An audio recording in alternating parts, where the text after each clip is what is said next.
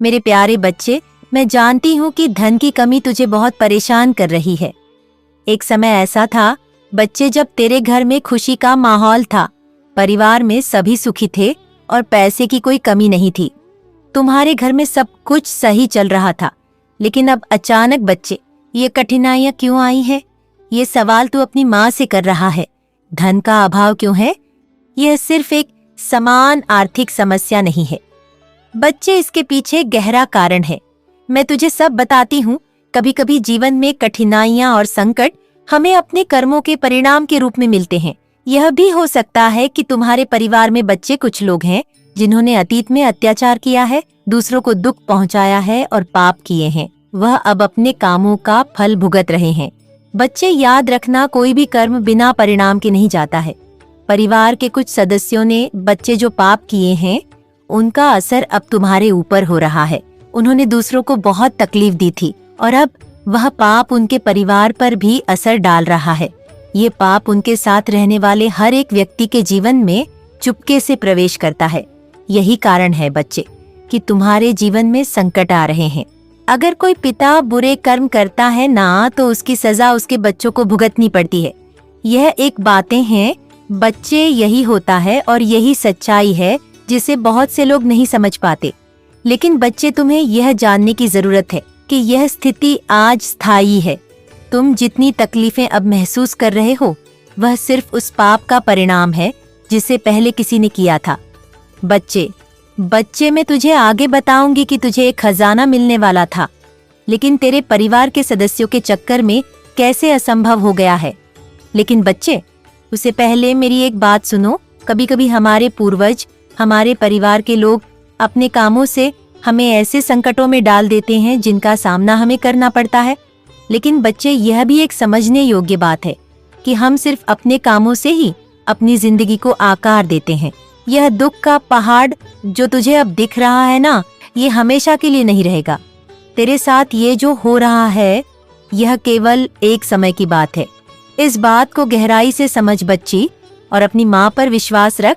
जैसे तू किसी को दुख देता है वैसे ही तुझे भी दुख मिलेगा, और जैसे तू अच्छे कर्म करता है वैसे ही तुझे अच्छे परिणाम मिलेंगे। यह एक प्रकृति का नियम है बच्चे, और इसको मानना होगा, जिसे बहुत से लोग बच्चे लॉ ऑफ अट्रैक्शन भी कहते हैं। मेरे प्यारे बच्चे, अब मैं तुझे वह समझती हूँ जिससे तुझे इन परेशानियों का सामना करना पड़ रहा है।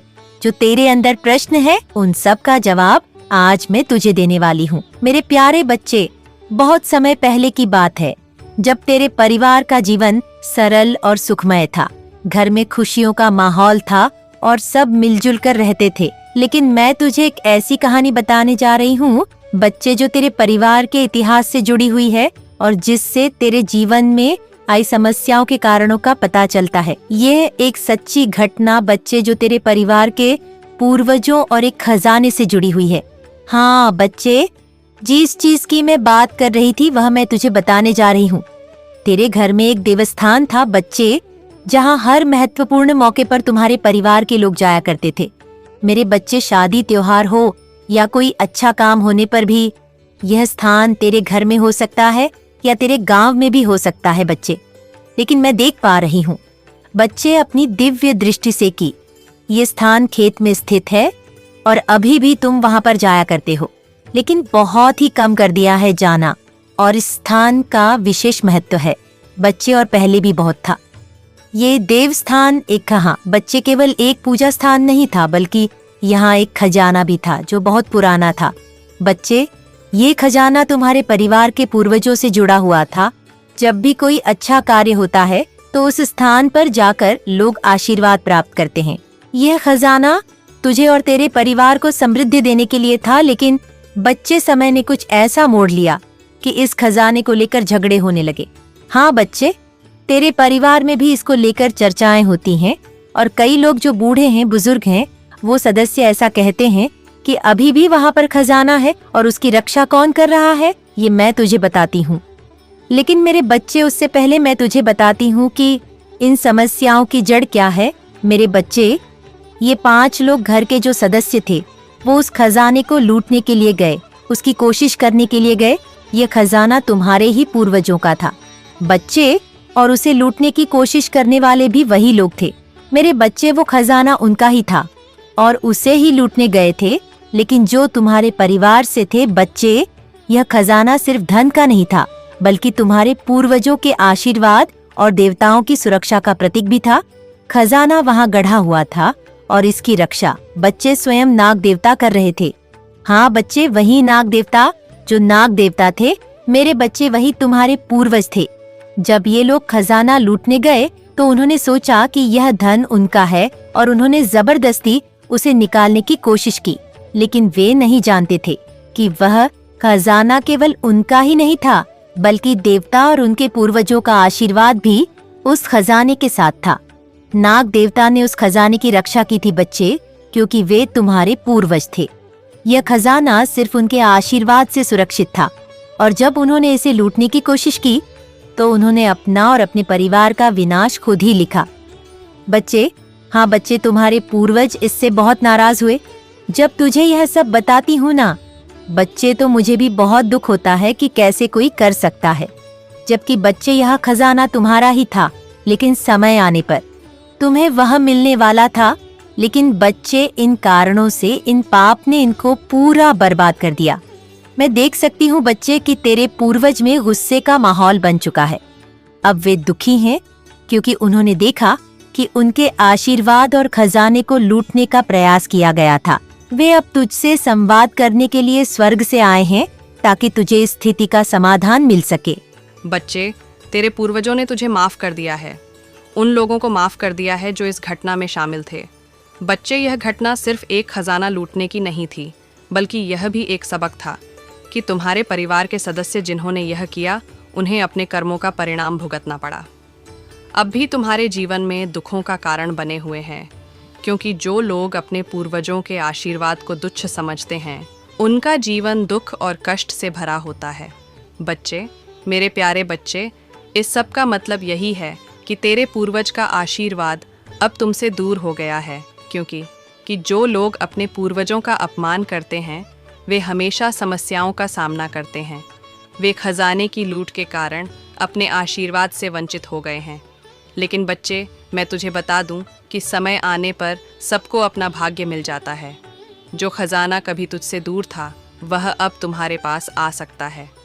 हाँ बच्चे, अब वही खजाना तुम्हारे पास आ सकता है, क्योंकि वह समय आ गया है। लेकिन इसके लिए तुम्हें पहले अपने पूर्वजों से माफ़ी मांगनी होगी और उन्हें सम्मान देना होगा। बच्चे, जो नाग देवता थे वही तुम्हारे पूर्वज थे और उनकी ही रक्षा वे खजाने की कर रहे थे।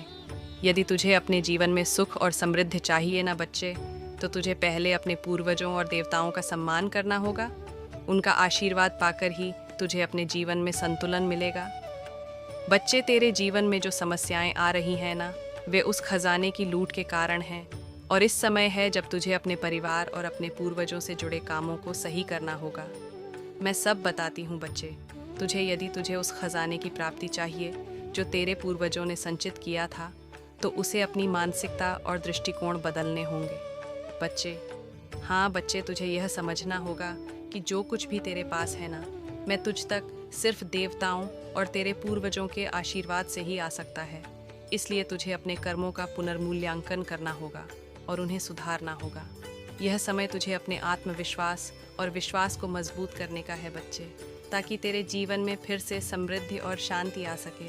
हाँ बच्चे, मेरे बच्चे के पूर्वजों ने, मैं देख पा रही हूँ कि अब तुझे माफ़ कर दिया है।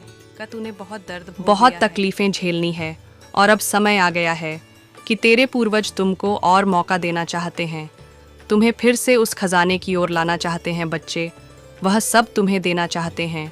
तू सोचता है कि तेरे साथ यह सब क्यों हो रहा है। तू कभी किसी का बुरा नहीं किया, तू निर्दोष है।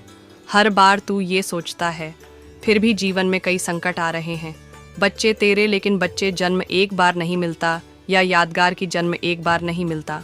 याद एक बार रहता है या एक चक्र है बच्चे। हम कई बार जन्म लेते हैं, खासकर उसी घर में, उस परिवार में, ताकि हम अपने पुराने कामों का फल भोग सके। जन्म और मृत्यु का यह चक्र हमारे पुण्य और पाप पर आधारित होता है। बच्चे, तुझे समझने की आवश्यकता है कि यदि किसी के जीवन में कोई बुरा घटित होता है तो वो उस व्यक्ति के पिछले जीवन के कर्मों का फल होता है। और यह भी सत्य है कि यदि कोई इस जीवन में सही कर्म करता है तो उसका भाग्य बदल सकता है। बच्चे, और आज मैं यहाँ तक आई हूँ, इस संदेश को तू सुन पा रहा है तो इसका मतलब बच्चे यही है कि तेरा भाग्य उदय होने वाला है। ये जो तू देख रहा है ना कि तेरे परिवार में संकट पे संकट आ रहे हैं, धन की कमी हो रही है, लोग दुखी हैं, ये सभी घटनाएं सीधे तौर पर तुम्हारे पूर्वजों के कर्मों से जुड़ी हुई हैं। बच्चे, उन्होंने अपनी गलतियों के कारण इस चक्र को बढ़ाया, जैसा कि मैंने तुझे बताया। लेकिन अब तू इस चक्र को तोड़ने के लिए तैयार है, क्योंकि अब तू मुझसे जुड़ चुका है, अपनी माँ से जुड़ चुका है। बच्चे, अपनी काली माँ से। मेरे प्यारे बच्चे, अब जो कुछ भी हुआ है ना, उसको तू भूल जा, क्योंकि अब मैं जो तुझे बताने वाली हूँ उसको सुनकर तुझे बहुत खुशी होगी। मेरे प्यारे बच्चे, तेरे पूर्वजों ने अब तुम्हारे परिवार को, अपने परिवार को माफ़ कर दिया है। बच्चे, अब धीरे धीरे तेरे कर्मों में सुधार होने लगेगा। ये कोई एक दिन का काम नहीं है, लेकिन यह शुरुआत है। जिस प्रकार तू इस मार्ग पर मेरे साथ चला है, मेरे संदेश को सुना है, वैसे ही अब तेरे कर्म सुधरेंगे। ये सुधार तुझे अपने जीवन में महसूस होगा। बच्चे, मुझे जानकर खुशी होती है कि तू अब मुझसे जुड़ चुका है अपनी काली माँ से, क्योंकि यही वह समय है जब तेरे कर्म सुधारने का अवसर मिला है। जब कोई आत्मा मेरी शरण में आती है तो उसका हर कर्म पुनः जन्म लेकर सही दिशा में जाता है। बच्चे, तू चिंता मत कर, क्योंकि अब मैं काली माँ स्वयं तेरे साथ हूँ और मैं बच्चे, कमेंट में लिख, अगर तुझे मेरा एहसास होता है। मुझसे बोल कि हाँ माँ, मुझे आपका एहसास है कि आप मेरे साथ हैं। मेरे बच्चे, तेरे जीवन में जो भी समस्या आए हैं अब धीरे धीरे समाप्त होने लगेंगी। ये तुझसे जुड़े हुए कर्मों की गहरी प्रक्रिया है और मैंने तुझे इस मार्ग पर चलने का आशीर्वाद दिया है। तू डर मत, क्योंकि मैं तेरे साथ हूँ। तुझे समझना होगा कि तू अकेला नहीं है, तेरे साथ तेरे पूर्वज और देवी देवता भी हैं। बच्चे, अब ये जो धन की कमी है ना बच्चे, इसी के चक्कर में बच्चे तू बहुत परेशान है। जो संकट है यह सब अब खत्म होने वाला है। तुझे विश्वास रखना होगा बच्चे कि जो तेरा खजाना था वह धीरे धीरे तुझ तक वापस आने वाला है, लेकिन इसके लिए तुझे अपने कामों को सुधार करना होगा। अब जैसे ही तुझे अपनी गलतियों का एहसास हुआ है, वैसे ही तुझे अपने कर्मों को सही दिशा में बदलने का अवसर मिलेगा। बच्ची, तू जो कर्म करेगा ना, उसी के आधार पर तेरे जीवन में सुख समृद्धि आएगी। जो पाप पहले किए गए थे, अब उन्हें पुण्य में बदलने का समय है। यह कार्य धीरे धीरे समय के साथ होगा। तुझे अपनी सच्चाई के साथ मेरे पास आना है और मैं तुझे उन कर्मों का शुद्धिकरण भी दूंगी। बच्चे, अब जो मैं तुझे बताती हूँ वह बहुत महत्वपूर्ण है। बच्चे, ध्यान से सुन।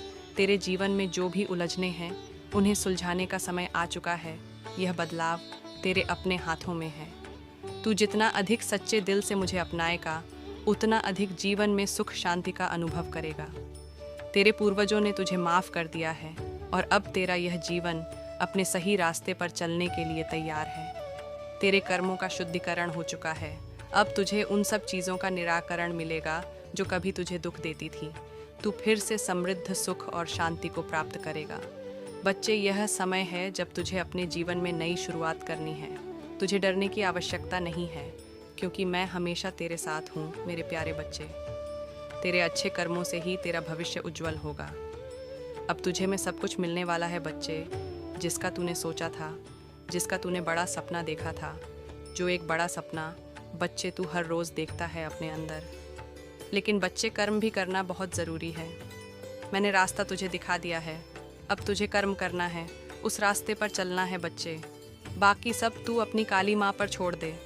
मैं सब देख लूँगी बच्चे, मैं सब कुछ संभल लूँगी। तू बिल्कुल चिंता ना कर। जो परेशानियाँ परिवार में चल रही हैं, जो अनबरी चल रही हैं, उन सबको मिटा दूँगी। जो लोग पहले एक होकर रहा करते थे, जो अब दूर दूर भाग रहे हैं न बच्चे, मैं सब एक कर दूँगी। और बच्चे, अब तेरे जीवन में एक ऐसा समय भी आने वाला है। मेरे बच्चों, माता की कृपा आप पर बनी रहे और माता का आशीर्वाद लेने के लिए और हमारे वीडियो देखने के लिए वीडियो को लाइक करें और चैनल को सब्सक्राइब करें। आपका दिन शुभ हो। माता रानी सदैव आपके साथ बने रहे।